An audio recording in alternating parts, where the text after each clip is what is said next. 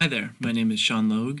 This is my Jing for week 9 of the online database design and management using SQL class at Manchester Community College. So this week was week 9. This was where we did the sort of reset. I guess some people were falling behind, not really getting the content the way they were supposed to. So you brought out the textbook and in PDF form, and you had us look at the first 53 pages, I believe, of that.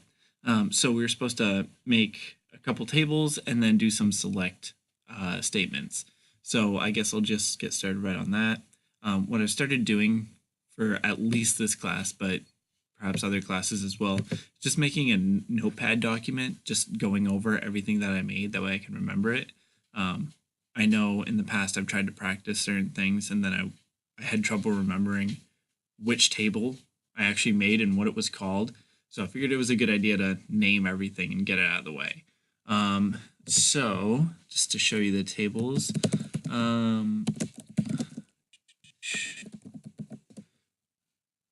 oops, there we go. So this shows the, I guess the departments table. That was the first table I saw. And I kind of thought that would be the only one when I first was looking at it. So I just named it week 9. But this shows the department IDs, names, manager IDs, and location IDs. And then if we go to the next one, from salary, this shows the salary grades, between the lowest and the highest and all that. I wasn't sure exactly what that was showing, but that's what it looks like in the book, at least as far as I'm aware. And then the last one is this. Let's see. What should we do? Is that employee ID and first name from there. So up here we obviously have the employees table. What I did to make it a bit more readable, I think, again, something we've done before, is I specified which, what would you say, which columns from this table I wanted to actually show. And it shows their employee ID and their first name. And then, let's see, I saved some of the insert statements and the create table statements, things like that. Oh yeah, then you said to work on a lot of select statements. So these are ones that I wrote from the book. They basically show you how to do it, even though, you know, they don't necessarily write it out like this. So if we do one that combines a couple different things, we can do that.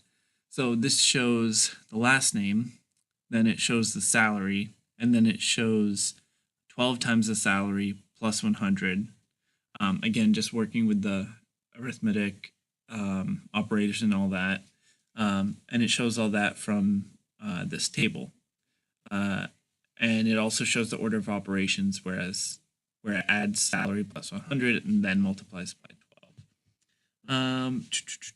Oh yeah, and then this, I thought this made things pretty useful too, where we do that. It shows the last name but displays that as only name, and then it shows the salary as pay. Again, pretty useful. In the table, you can store detailed information. But then if you need to present it in a certain way, you can just use this. Last couple of things. I actually don't know if these were on the tutorials point videos. I don't remember. Oh yeah, so this just shows like the literal string. So it shows the last name, and then the literal string is and then the job ID.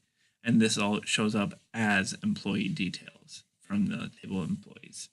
And then distinct, if we do that as well. Oh yeah, so some of the department IDs may have been similar. This shows them all distinctly. So if there were a copy here, then it wouldn't show that copy. So for instance, if there were 2 10s, the second 10 wouldn't show up.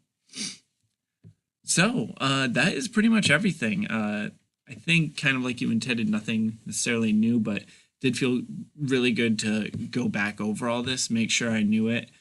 It's something at this point where I know it well enough that it's kind of fun learning the stuff about manipulating the databases and all. Um, and it gives me practice. So yeah, no, I really like this stuff. Yeah, so I hope this works for a video. Um, yeah, week 9, Sean Logue, database design and management, and I'm out. Thank you.